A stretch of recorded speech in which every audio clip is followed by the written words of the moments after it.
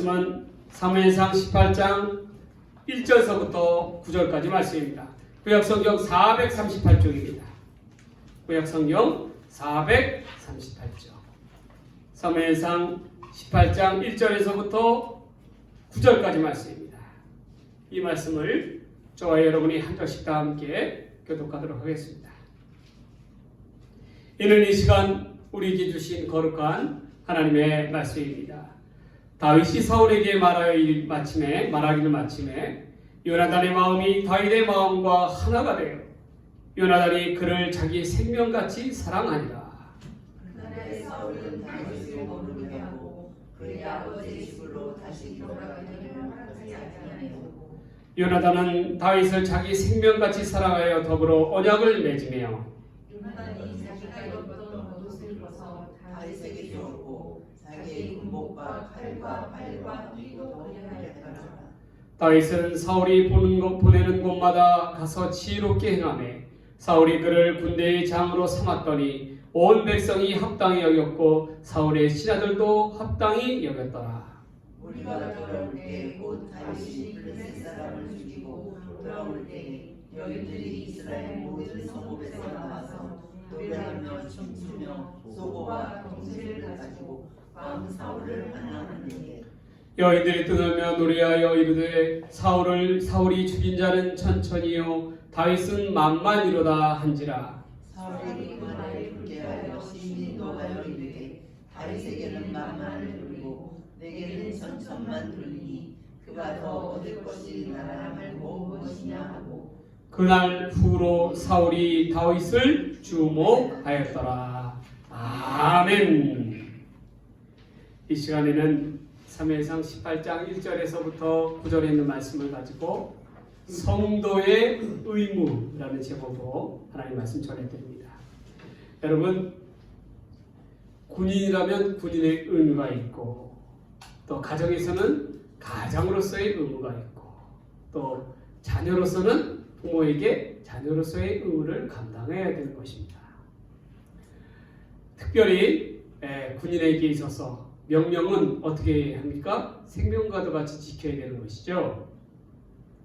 영화 인천 상륙작전에 보면 이 메가더가 같은 장성들에게 이렇게 분란이 일어납니다. 다투는데 그 까닭이 뭐냐면 어떤 장군이 메가더에게 아주 대놓고 이야기합니다. 왜 다 망해가는 한국을 포기하지 못하고 집착하는 이유가 무엇이냐? 벌써 낙동강까지 전선이 밀려가고 이제 나라가 망하게 되었는데 왜 한국을 버리지 못하고 그 상황에서 그렇게 집착하는 까닭이 무엇이냐? 라고 묻는 거예요. 그랬더니 메가더가 뭐라고 얘기하냐면 자기가 6.25 전쟁이 나자마자 그 소식을 듣고 이틀 만에 전설을 갖다가 비밀리에 시찰을 했다라는 거예요. 수원 부근이었습니다. 벌써 서울은 북한에게 뺏긴 거예요. 그랬는데 그 수원 부근에서 자기가 가서 가만히 보니까 한 참호에 젊은 소년병이 거기에 맨몸으로 있는 것입니다. 그래서 메가더가 그 소년병에게 물었다는 거야. 너는 왜 도망가지 않고 여기 있느냐? 그런데 소년병이 하는 말이 뭐라고 얘기하냐면 상관이 나에게 철수하라는 명령이 없었기 까닭에 내가 이 자리를 지키고 있는 것입니다. 라고 대답을 했다고 합니다. 그랬더니 그 말에 메가더가 너무 감동을 받은 거예요. 야, 얘는 정말 군인으로서의 의무를 다하는구나. 어리지만. 그래서 메가더가 이야기합니다. 네가 원하는 게 뭐냐? 내가 다 들어주겠다. 라고 얘기하니까 그 소년병이 뭐라고 얘기하냐면 나에게 총과 충분한 실탄을 주십시오. 라고 그렇게 요구를 합니다. 그때에 이 메가더가 마음속에서 다짐을 하기를 내가 이 소년병의 나라를 반드시 구해내겠다 라고 다짐을 했다는 거예요. 여러분, 군인이 군인으로서 다들 도망갈 때에 자기의 자유를 지키는 것 얼마나 군인으로서의 의무를 감당하는 것이겠습니까? 마찬가지예요. 우리가 누구입니까? 하나님 나라의 백성 아닙니까? 그러면 하나님 나라의 백성, 하나님 나라의 성도로서 우리가 이 세상 가운데서 반드시 지켜야 할 의무가 있다. 필수적으로 지켜야 되는 거. 과연 그것이 무엇인지 한번 오늘 본 말씀을 통해서 한번 살펴보자라는 것입니다. 첫 번째로 우리가 지켜야 될 성도의 의무는 바로 사랑의 의무입니다. 사랑에 대해서는 레위기서의 율법서에 이렇게 얘기하고 있어요. 이웃 사랑하기를 내 몸과 같이 사랑하라. 여러분, 이 말씀은 뭐예요? 내 몸을 사랑하듯이 그만큼 이웃들 사랑하라 라는 말입니다. 그런데 요즘 안타까운 것은 요즘 사람들 보면 자기도 사랑하지 못하는 사람들이 많아요. 얼마나 자기 몸을 학대하는 사람이 많습니까? 네? 담배도 그렇고 술도 그렇고 자기가 감당하지 못할 정도로 자기 몸을 학대하는 그런 사람들이 어디 있어요? 그런데 그런 사람이 이웃을 사랑한다? 자기 몸도 사랑하지 않는데 결코 말이 되지 않는 말이죠.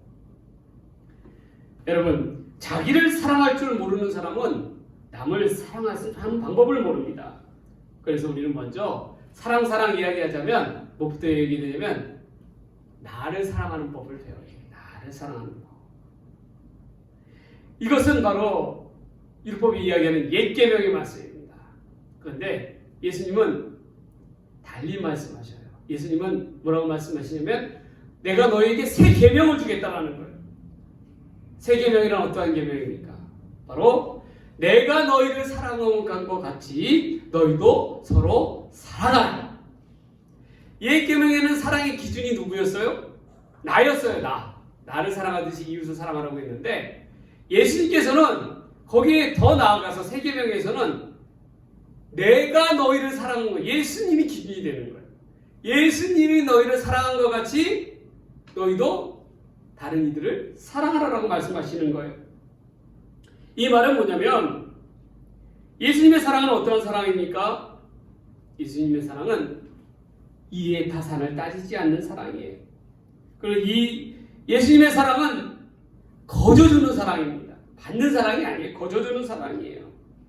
예수님께서 12제자를 사람들에게 파송하면서 뭐라고 말씀하셨어요? 너희도 내게 은혜를 거저 받았으니 너도 다른 이에게 거저 주어라 라고 말씀하시지 않습니까?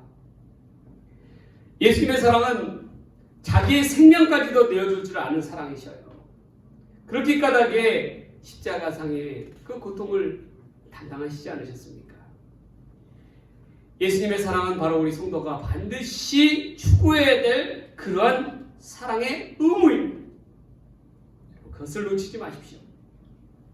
여러분 천국 좋아하시죠? 천국. 장차 우리가 가야 할 하나님의 나라. 여러분들은 천국 가기를 원하십니까? 아니면 지옥 가기를 원하십니까? 당연히 천국 가기를 원하죠. 누가 지옥 가기를 원하겠어요? 그런데 여러분 그거 아셔요? 천국과 지옥의 차이가 뭔지 아세요? 천국과 지옥의 차이. 천국에는 있지만 지옥에는 없어요. 뭘까요? 바로 기쁨, 감사, 그리고 사랑이 없어요. 지옥에는. 덴마크의 유명한 아동 작가, 동화 작가인 안데르센이 이와 같은 이야기를 했어요. 천국에 가보니까 천국과 지옥이 똑같더라는 거예요. 똑같더라. 이건 가상 이야기입니다. 천국에도 가보고 지옥에도 가보니 사람들이 밥그릇에 숟가락마저 똑같았다라는 거예요. 그런데 천국에 가보니까 사람들이 하나같이 살이 오르고 웃음꽃이 피고 기쁨에 넘쳐나는 생활을 하고 있었답니다. 그런데 지옥은 아니었다라는 거예요. 지옥은 달랐다라는 거예요.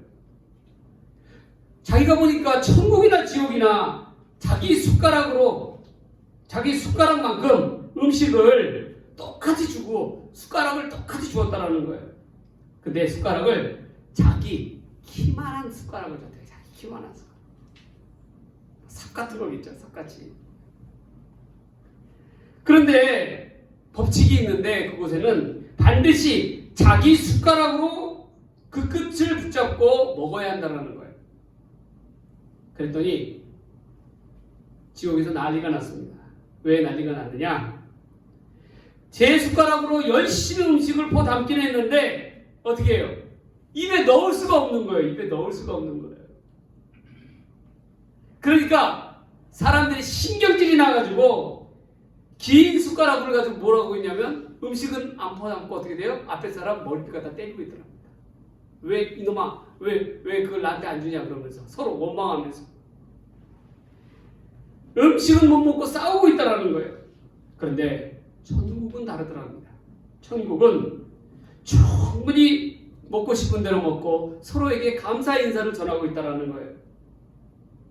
왜 그렇습니까? 어떻게 해요? 천국에서는 서로 상대방에게 떠먹이는 거예요. 떠먹이는 거예요. 너도 먹어라, 나도 먹어라. 서로 떠먹이는 거예요. 그러니까 어떻게 되겠어요? 충분히 배부르게 먹을 수 있다는 거예요. 여러분, 이게 바로 천국과 지옥의 차이입니다. 자기 것만 챙기겠다, 자기 게 먼저다, 내 것만 챙기게 되면 그것은 그 자리는 지옥이 될 수밖에 없는 거예요.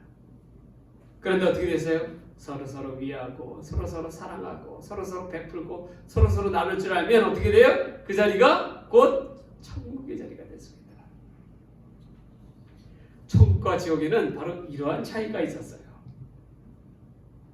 본문을 보면 다윗과 요나단의 이야기가 나옵니다. 요나단이 누구입니까? 사울의 아들이에요. 장차 왕위를 계승할 왕자입니다. 어떻게 보면 다윗과는 관계가 척을 질 수밖에 없는 경쟁자예요. 그런데 본문에는 어떻게 나왔어요? 요나단과 마음이 다윗과 하나가 되었다라고 이야기하고 있습니다. 자기의 생명을 같이 사랑했다라고 얘기했어요. 옛날 성경에는 어떻게 해석했냐면 하나라고 얘기하지 않고 마음과 마음이 닿았다라고 이야기하고 있어요. 얼마나 귀한 사랑의 모습입니까? 요나단은 다윗에게요, 자기가 입었던 겉옷과 칼과 활과 띠까지 주었어요. 이 말은 뭐냐면 요나단은 사랑을 베풀 때, 다윗에게 베풀 때 아낌없이 베풀었다는 거예요. 여러분, 군인들에게 있어서 가장 중요한 게 뭐예요? 밥보다도 더 중요한 게 바로 총이에요. 총을 잃어버리면 난리가 납니다. 총은 자기의 생명과도 같이 지키고 다뤄야 하는 거예요. 그런데 본문을 보면 다윗은 어땠어요? 그 당시에 총과도 같은 칼이며 겉옷이며 다 다윗에게 주었다라는 거예요. 이 말은 뭡니까? 가장 자기에게 아끼는 것조차도 어떻게 돼요? 다윗에게 주었다라는 것입니다. 그래서 이 요나단이 베푼 사랑은 학자들은 예수 그리스도의 사랑의 모형이다 라고 그렇게 얘기합니다. 왜요? 아낌없이 주는 사랑이기 때문에 그런 거예요. 여러분, 우리도 사랑할 때 어떻게 사랑해야 돼요? 우리도 사랑할 때 아낌없이 사랑할 줄 알아야 돼요. 그게 성도의 의무입니다. 예전에 제가 대학교 때 학교 다닐 때 양평 다닐 때 우리 신학과 동기 여자애 중에서 동생인데 키도 작고 그런 애인데 굉장히 어려웠어요. 내가 이렇게 보니까 왜? 밥에 학교에서 식사 1,500원짜리 식사 사 먹을 돈도 없는 거야. 제가 너무 마음이 아팠어요. 그래서 제가 제 3자를 통해서 그 친구를 좀 도와줬습니다. 매달 도와줬어요. 그랬는데 말입니다. 그 친구가 제가 그 3학년 때 돼가지고 임원 선거에 나가게 되는데 이 친구가 저 반대편에 서고 열심히 활동을 하고 있는 거예요. 제 마음이 어땠겠어요? 야, 이 생각이 드는 거예요. 제가 어떻게 나한테 저럴 수가 있지 싶은 생각이 드는 거예요. 굉장히 속상하더라고요. 굉장히. 야, 진짜 제가 그 사실을 알면 정말 저렇게 얘기하면 안 되는 애인데, 나한테 저렇게 하면 안 되는 애인데, 야, 쟤는 어떻게 저럴 수가 있을까? 굉장히 섭섭하고 막 그러더라고요. 그런데 나중에 제가 곰곰이 생각해보니까 그 생각부터 잘못된 거예요. 왜? 제가 사랑을 베풀었을 때에는 대가를 바라서는 안 되는 거였어요. 대가를. 그런데 어떻게 했어요? 나도 인간인지라. 그렇죠? 인간인지라. 그런 생각을 할 수밖에 없는 거예요. 그런데 예수님은 말씀하셔요. 사랑을 베풀 때에는 어떻게 해요? 대가 없이, 아낌없이 베풀어라. 왜? 하나님께서 갚아주시는데. 근데 내가 그것을 미리 받으려고 하면 어떻게 돼요? 하나님께서 주실 게 없잖아요. 하나님께서 주실 축복이 없는 거 아니겠습니까? 그렇잖아요. 여러분, 우리가 하나님의 성도라면 오늘 반드시 꼭 기억해야 되는 것, 우리가 사랑을 이 땅 가운데 많이 베풀 때, 그러나 대가를 바라지 말아라. 하나님께서 나중에 장차 다 갚아주신다는 것. 여러분, 그것을 아시고 우리 성도가 가장 중요한 것, 사랑이 베풀어야 하는 의무를 놓치지 않고 베풀며 살아갈 수 있는 저와 여러분들이 되시기를 주의 이름으로 간절히 축복합니다. 축복합니다. 두 번째로, 우리에게는 성도의 의무가 어떠한 의무가 있냐면 지혜의 의무가 있어요. 여기서 지혜는 어떠한 지혜냐면 믿음으로 지혜롭게 살아갈 의무라는 거예요. 믿음으로 지혜롭게 살아가야 할 의무. 여러분, 유대인들에게 지혜서인 탈무드에 보면 이러한 이야기가 나옵니다. 자녀들에게 고기 한 마리를 주면 한 날을 살아갈 수가 있다. 그러나 고기를 잡는 법을 가르쳐주면 그것으로 평생을 벌어먹고 살 수가 있다. 근데 여기에 주어지는 해석이 더 귀합니다. 고기 한 마리를 주는 것은 곧 지식을 전달해 주는 거예요. 세상의 지식을 전달해 주는 거예요. 그러나 고기 잡는 법을 가르쳐주면 곧 그것은 지혜를 전달하는 거라는 것입니다. 여러분, 지혜하고 지식은 다릅니다. 뭐가 더 귀한 것입니까? 바로 지혜입니다. 왜? 세상 지식은 세상을 거에서 얻을 수가, 책이나 그런 것으로 얻을 수가 있지만 지혜는 누가 주시는 거예요? 하나님께서 주시는 거기 때문에 그런 거예요. 그래서 하나님이 주신 지혜를 통하여 살아갈 때에 우리는 평생을, 인생의 근본의 문제를 해결할 수가 있는 겁니다. 성경은 이야기합니다. 잠언서 9장 10절에 여호와를 경외하는 것이 지혜의 근본이요 거룩한 자를 아는 것이 명철이니라. 지혜가 뭐라 그랬어요? 여호와를 경외하는 것 자체가 뭐예요? 지혜라는 거예요. 여호와를 경외하는 것. 그럼 어떻게 살아가는 것입니까? 믿음대로 살아가는 겁니다. 믿음대로. 우리는 믿음대로 살아가는 거예요. 믿음으로 하나님만을 의지하면서 나아가는 삶. 그런 사람이 믿음의 삶이고 곧 그것이 지혜롭게 사는, 인생을 지혜롭게 사는 방법이라는 것입니다.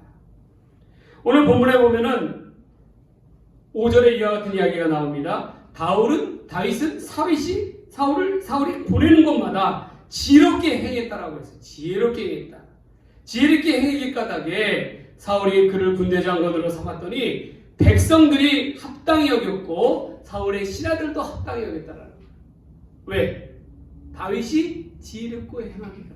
그럼 다윗은 어떻게 지혜롭게 행했다라는 거예요? 다윗의 지혜는 어디서부터 나오는 거였습니까? 하나님을 믿고 의지하며 따랐을 때 하나님의 지혜가 그에게 임했다라는 거예요.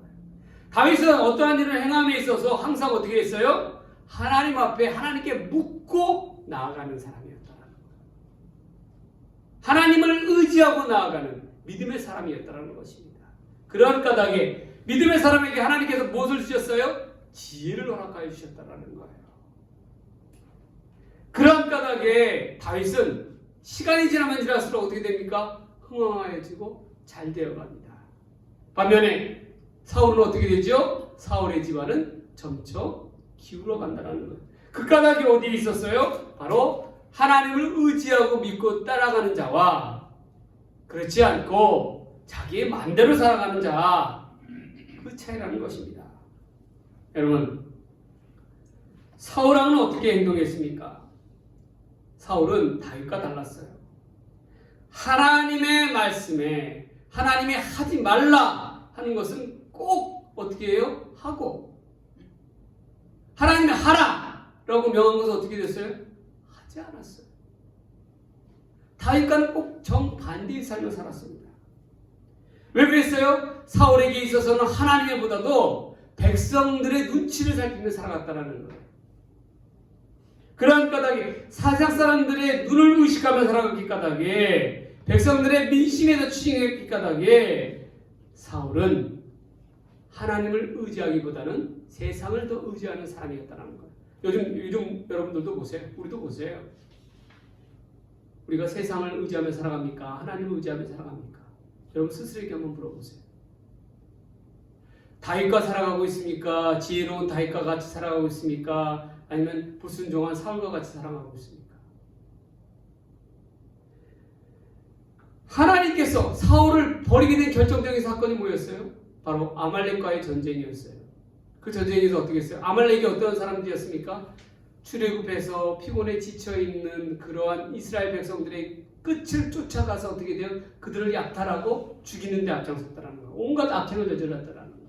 그래서 하나님께서는 나라가 안정이 되자 또 왕을 사울을 세우게 되자 어떻게 해요? 사울에게 저 아말렉 족속을 진멸하라고 해요. 진멸이라는 건 뭐예요? 생명조차를 남겨두지 않는 거예요. 가축조차도 남겨두지 말라는 거예요. 싹을 다 어떻게 돼요? 없애라는 거예요. 그런데 사울은 어떻게 했어요? 그 명령에 따랐습니까? 아니에요. 어떻게 했습니까? 하나님께 제사 드리기 좋다고 해서 어떻게 해요? 좋은 송아지와 양들을 살려뒀어요. 그리고 어떻게 했어요? 분명 죽었어야 될 아말렉 사람이 어떠세요? 사울 밑에서 종노릇하고 있어요. 그 말은 뭐예요? 하나님 앞에 불순종하였다는 거예요. 결국 어디예요? 하나님께서 사울을 왕으로 세우시고도 후회하시잖아요. 그리고 내가 그를 버렸노라라고 말씀하시잖아요. 여러분, 자기의 마음대로 자기의 의지대로 살아가는 사람은 결국 끝은 그렇습니다. 하나님으로부터 버림받는 거예요. 그런데 다윗은 어떻게 했어요? 다윗은 철저하게 하나님만을 의지하며 나아갔어요.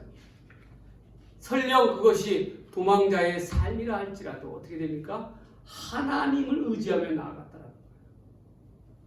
그것이 바로 믿음의 사람의 모습이요. 그것이 바로 하나님 앞에 지혜로운 사람의 모습이라는 것입니다.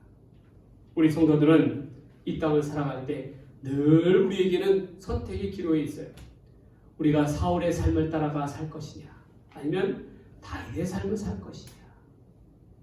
우리는 무엇보다도 하나님께서 주시는 믿음, 하나님께서 주시는 지혜를 따라 살아가는 성도의 그러한 지혜를 따라 나아가는 의무를 감당하는 저와 여러분들이 되시기를 주의 이름으로 간절히 축복합니다.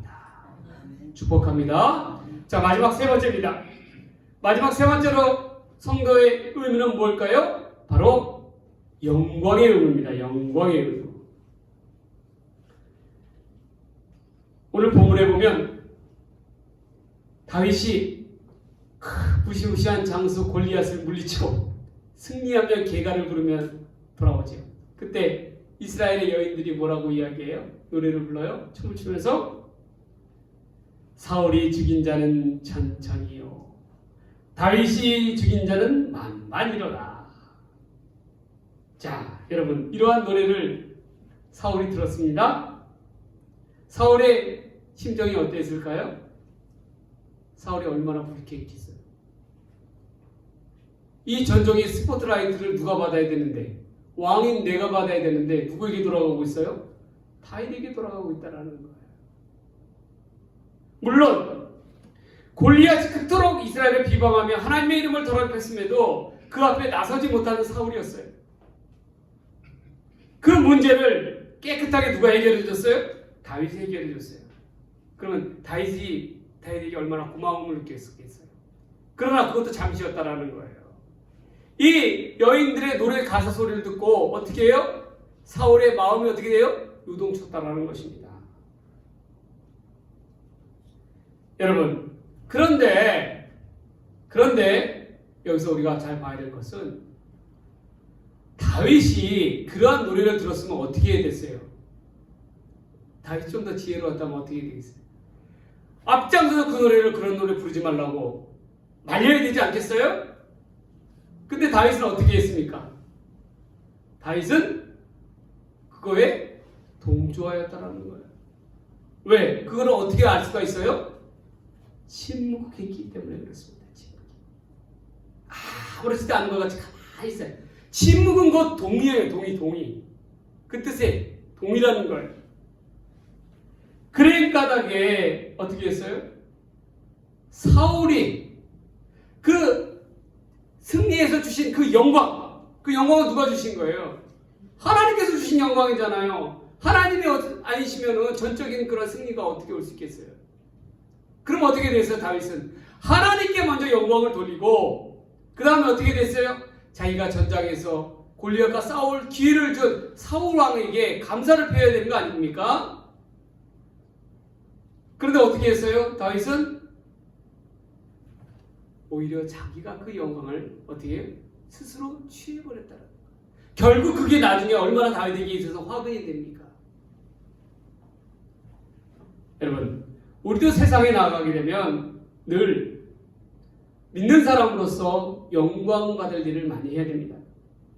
학교에서도 그렇고 직장에서도 그렇고 사업장에서도 마찬가지예요. 칭찬을 많이 받고 상급을 많이 받는 그런 사람이 되어야 합니다. 그렇다면 우리가 상급을 받을 때 칭찬이 내게 돌아올 때 어떻게 해야 되겠어요? 먼저 내 주위에 나에게 도움을 준 이에게 어떻게 돼요? 찾아가 감사를 표하고 그리고 또 어떻게 됩니까? 모든 영광을 누구에게 돌려야 돼요? 하나님께 돌려야죠.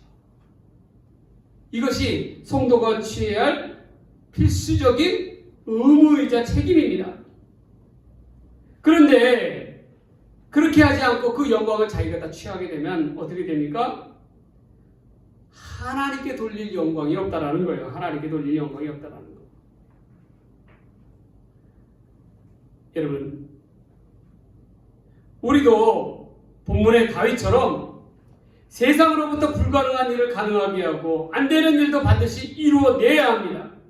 그래서 세상으로부터 영광받을 일을 많이 해야 돼요. 다윗은 어떻게 했어요? 다윗이 골리앗과의 싸움에서 승리한다? 어느 누구도 믿지 못했어요. 그럴 수가 없다라는 거예요. 이것은 마치 어른과 어린아이의 싸움과 마찬가지였다라는 거예요. 불가능한 거 아닙니까? 그런데 어떻게 해요? 하나님의 도우심으로 어떻게 해요? 승리를 하게 되지 않았습니까? 그러면 모든 것을 먼저 하나님 앞에 영광을 돌려야 합니다. 하나님께 돌아갈 영광을 내가 가르쳐서는 안 되는 거예요. 여러분. 그래서 성도에게 있어서 세 번째 의미는 바로 영광의 의미입니다. 영광을 하나님 앞에 돌려야 하는 그런 의미인 거예요. 오직 하나님께만 영광을 돌릴 때 그 삶에 축복이 있고 그 삶에 승리가 있고 그 삶에 하나님의 은혜로 충만해지는 것입니다. 여러분, 라틴어로 이러한 말이 있어요. 솔리데오 글로리아. 솔리 무슨 뜻이에요? 오직. 데오라는 게 뭡니까? 하나님이에요. 하나님. 글로리아 영광입니다. 솔리데오 글로리아 오직 하나님께만 영광 돌리는 삶, 그러한 삶을 살아가야 한다는 것입니다. 그게 바로 성도가 마땅히 취해야 될 영광의 의무라는 거예요. 오직 하나님께만 영광 돌릴 수 있는 저와 여러분 되시기를 간절히 바랍니다. 이제 말씀을 정리합니다. 성도는 하나님 앞에, 세상 앞에 반드시 지켜야 될 필수적인 의무가 있어요. 첫 번째는 뭐였습니까? 힘없이 사랑을 베풀어야 한다는 것입니다. 두 번째는 어떠한 의무였어요? 지혜의 의무요. 무슨 지혜요? 믿음으로 살아가는 지혜. 그 지혜대로 살아가는 우리가 되어야 할 줄 믿습니다. 마지막 세 번째는 어떠한 의무가 있어요? 영광의 의미. 어떠한 영광이죠? 영광을 하나님께 돌리는 그러한 의무입니다. 이처럼 사랑의 의무, 지혜의 의무, 영광의 의무, 이 성도가 마땅히 지켜야 될 이 의무를 감당하며 나아가는 우리 모두의 삶이 되기를 주님의 이름으로 간절히 축복합니다. 축복합니다. 기도하겠습니다. 하나님 아버지 감사합니다. 오늘 우리에게 주셨던 성도의 의무, 성도가 마땅히 지켜야 할 의무, 사랑의 의무, 지혜의 의무, 영광의 의무를 감당하며 나아가는 복된 믿음의 성도들 다 되게 하옵소서. 이 모든 말씀 우리를 사랑하신 예수님의 이름으로 간절히 기도 드리옵나이다.